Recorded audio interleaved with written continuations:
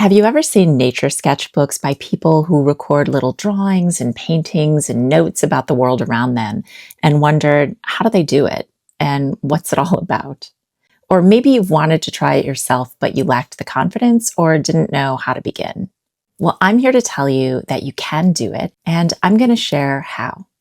I'm so excited to share with you that I'll be teaching at this year's Wild Wonder Nature Journaling Conference, which is an annual online conference all about nature journaling that I'll tell you more about at the end of this video.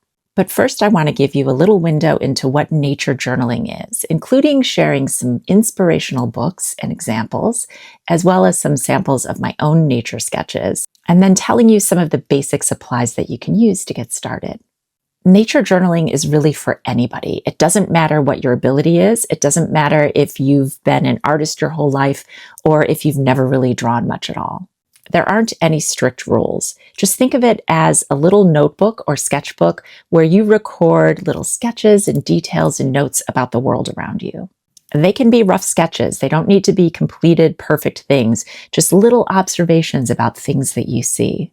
It's a really creative, positive way to immerse yourself in nature and really stop and look at the things around you. I have to be honest with you. I personally am a relative newcomer to nature journaling myself, but I've been a plein air artist for a long time, and there are many parallels between the two because in both nature journaling and plein air painting, you're actually going outside in nature and you're drawing and painting what you see. I'm going to show you a few of my favorite books about how other artists have approached nature journaling throughout the years. This is one of my most treasured books. It's called The Nature Notes of an Edwardian Lady by a woman named Edith Holden. She has another book called The Country Diary of an Edwardian Lady, and both books are filled with her exquisite watercolor paintings of flowers, plants, birds, and butterflies. One thing I really love about this book is that it includes these intricate sketches that she made from nature, and it also has little poems and quotes that she likes, as well as her own observations about the daily events of what's happening in the world around her.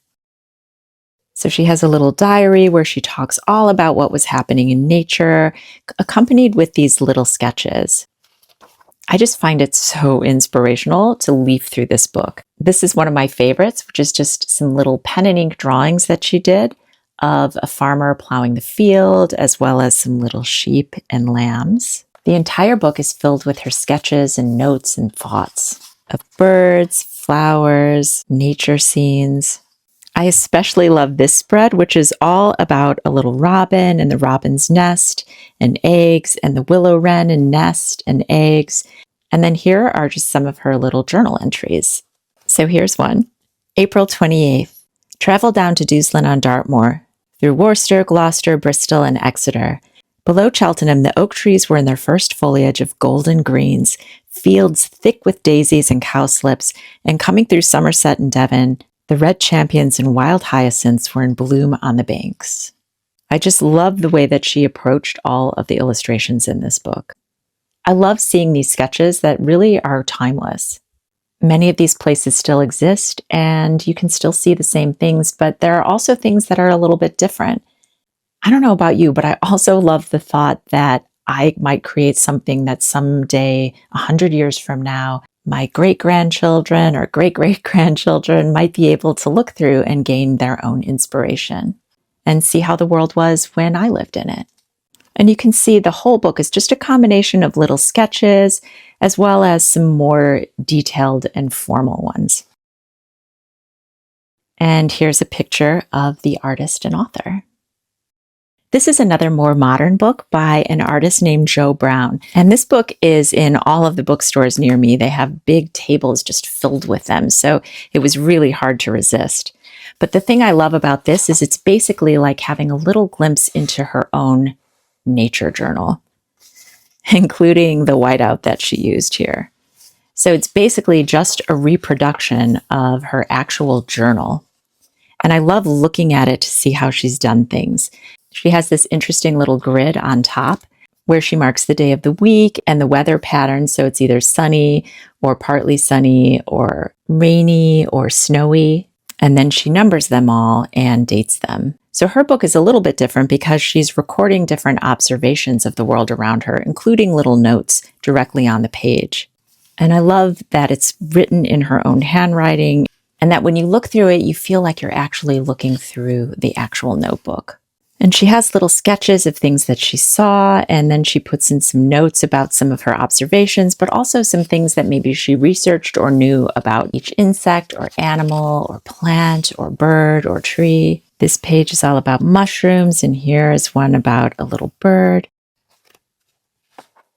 I just love this book for inspiration, and I think it's really sweet that at the end there are even some blank pages, so you could continue on your own and add some of your own notes, and it might help get you started.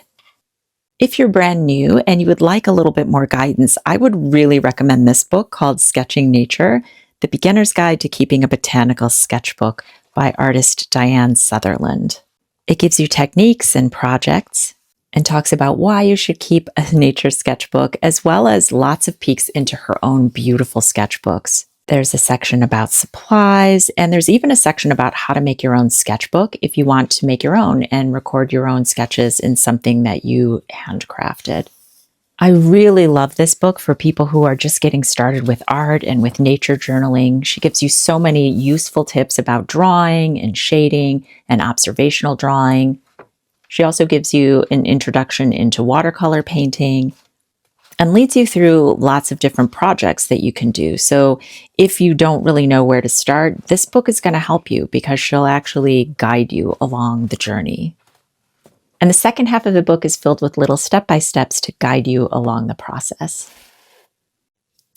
I'd also recommend having some different reference books of your own so that maybe you want to do some sketching at home and you don't always want to go outside in nature, but you're interested in drawing and recording nature. Or maybe you just want to practice before you actually go outside.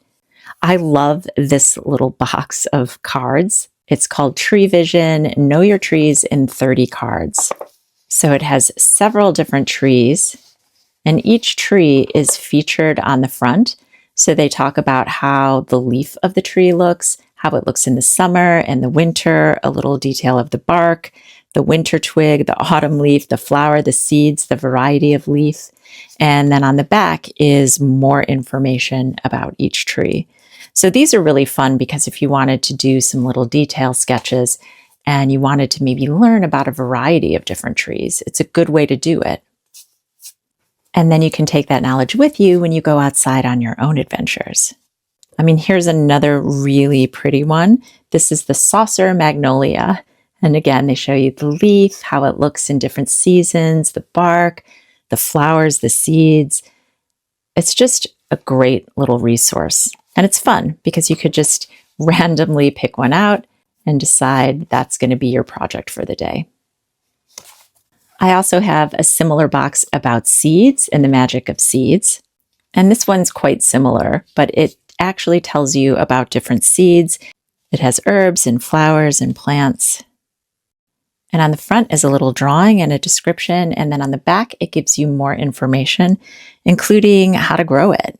So this is another one. If you just want to practice sketching different things, it's a great little photo resource. And personally, I think for beginners, it's nice to do sketches and drawings from other artists' illustrations instead of just from photographs, because in a way, you're going to be walking in the footsteps of that artist and you're going to learn different techniques for shading and drawing in a way that you might not just from photographs. I also think it's a great idea to get yourself a reference book about birds. This is just one of mine, and it's one of my favorites that I thought I'd share with you, but I have loads of books just featuring different photographs of birds because, let's face it, birds move fast, and if you want to really learn about them, it's a good idea to invest in a book that's going to give you further information. So this book has lots of different photographs as well as details. And you could practice painting some of these, and you can also learn a lot. You can see I have all different tabs of some of my favorite photographs that I want to draw. I mean, how beautiful is that to paint or sketch? So you can learn a lot, and that's going to help you as well when you're out and doing your own observations. So having a good book about birds or trees or seeds is going to give you a lot of information, as well as photographs that can inspire you and that maybe you could practice sketching or drawing on your own. And again, you're going to be learning things so that when you're out in nature, you're going to be looking at it with a more educated or seasoned eye. If you're somebody who already has painted outside, or maybe you went to art school and you did little thumbnail sketches, which are basically little sketches of a scene that you might be interested in painting or drawing, these little types of sketches work wonderfully in nature journals, and they don't take very long to create. So with a nature journal, you don't need to create finished art. I actually created a more detailed painting of this, and this was the initial thumbnail sketch. But again, this type of sketch would be wonderful in a nature journal because it gives you a really quick record of the view that you saw. And this is another quick sketch that I did of the view of my garden of this little pretty shed that my husband and his nephew built. And this shed is actually really weathered now and it's starting to fall apart, but I have this beautiful record of it that I can keep forever. And here are a few little tiny paintings that I painted during different seasons and different years of the hills across from my house. In fact, I've done a lot of different sketches and paintings of these same hills from different views. This is another view of the same hills from a slightly different vantage point. So the tree that you saw in the other sketches is over on the right, and you see a little bit of the chimney of my house and the surrounding hills.